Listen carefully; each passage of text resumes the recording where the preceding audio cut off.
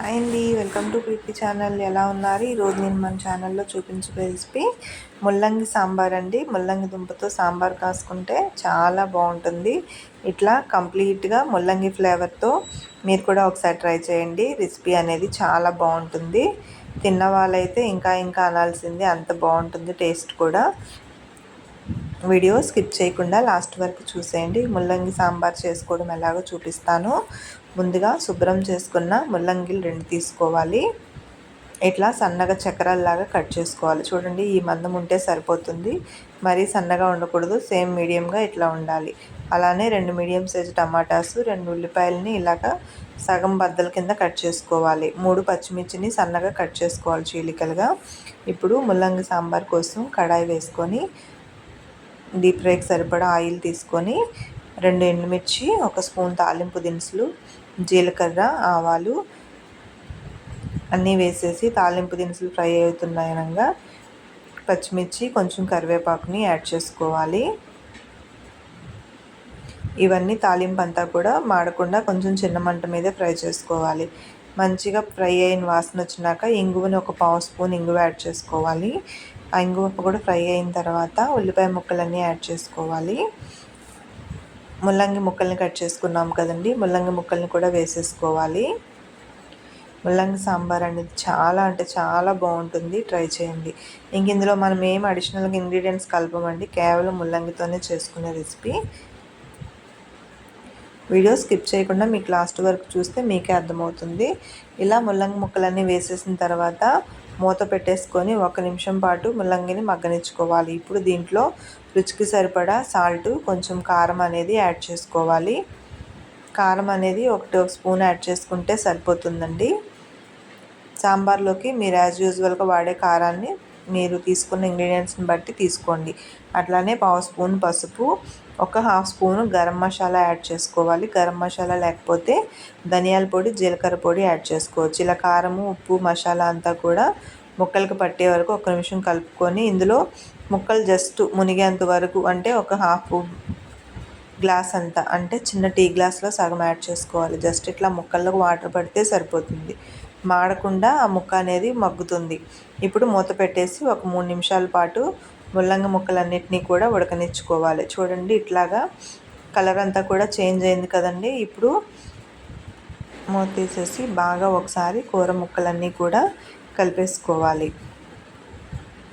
ఇందులో ముందుగా కట్ చేసి పెట్టుకున్న టమాటా ముక్కల్ని కూడా యాడ్ చేసుకోవాలి. ఇప్పుడు ముల్లంగి సాంబార్కి సరిపడా కందిపప్పును కూడా ఒక పక్కన ముద్దపప్పు కింద ఉడకపెట్టేసుకోవాలండి. నేను మీకు స్టార్టింగ్లో చూపించలేదు, కందిపప్పు అనేది నేను ఉడకపెట్టేసుకున్నాను. టమాటా అంతా కూడా వేసాక 1 నిమిషం పాటు కలుపుకుండా అలా ఉంచేస్తే టమాటా అనేది బాగా ఫ్లేవర్స్ పట్టేటట్టు మగ్గుతుంది. ఇప్పుడు టమాటా వేసిన 2 నిమిషాలకి అల్లం వెల్లుల్లి పేస్ట్ జస్ట్ 1/2 స్పూన్ యాడ్ చేస్తే సరిపోతుంది.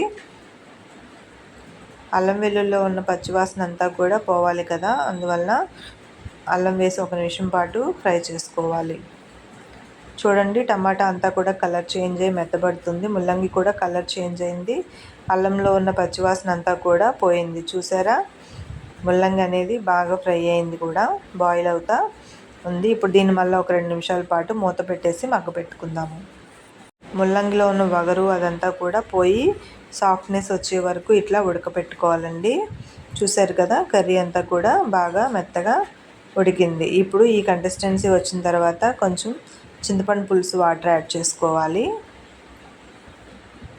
సాంబార్కి మనం ఎలాగైతే చింతపండు వాటర్ యాడ్ చేసుకుంటామో అలానే యాడ్ చేసుకోవాలి.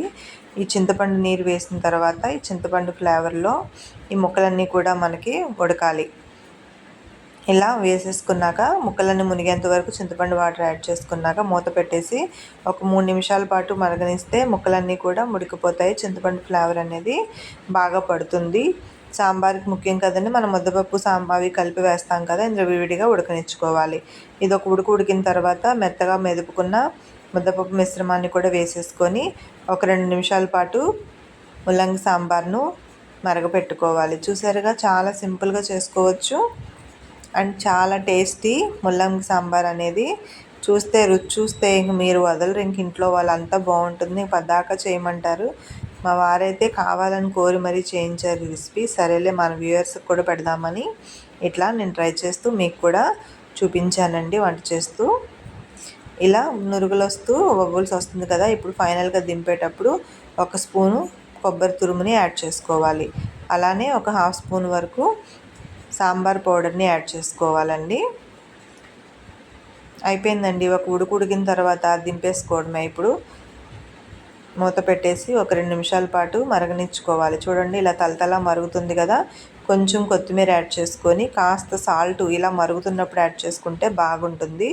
అయిపోయింది. ఇంక స్టవ్ ఆఫ్ చేసుకొని ఇలాగా సర్వింగ్ బౌల్లో తీసేసుకుందాం. చూసారుగా చాలా వేడివేడిగా ఉంది సాంబార్ అనేది. ఇలా ముల్లంగి సాంబారు కేవలం ముల్లంగితో పెట్టి చూడండి, చాలా అంటే చాలా బాగుంటుంది. ఈ రెసిపీ మీకు ఎలా అనిపించిందో నాకు కామెంట్ చేయండి. తప్పనిసరిగా ట్రై చేయండి. లైక్ చేయండి. వీడియోని స్కిప్ చేయకుండా చూసినందుకు థ్యాంక్ యూ అండి. కొత్తగా చూస్తున్న వాళ్ళైతే ప్లీజ్ సబ్స్క్రైబ్ మై ఛానల్. ఇంకెందుకు ఆలస్యం, మరి లైక్ చేసి కామెంట్ చేసేయండి. మీరు కూడా ట్రై చేసేయండి. థ్యాంక్ యూ ఫర్ వాచింగ్ అండి. Thank you.